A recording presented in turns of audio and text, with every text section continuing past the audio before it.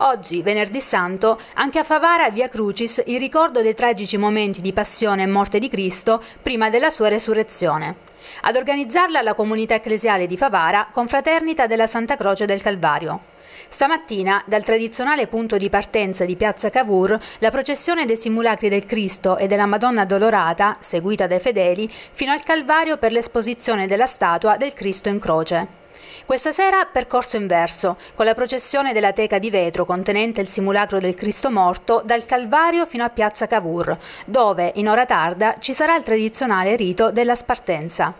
Sicilia TV non trasmetterà purtroppo la Via Crucis 2015 di Favara, in quanto non invitata dagli organizzatori ad effettuare le riprese.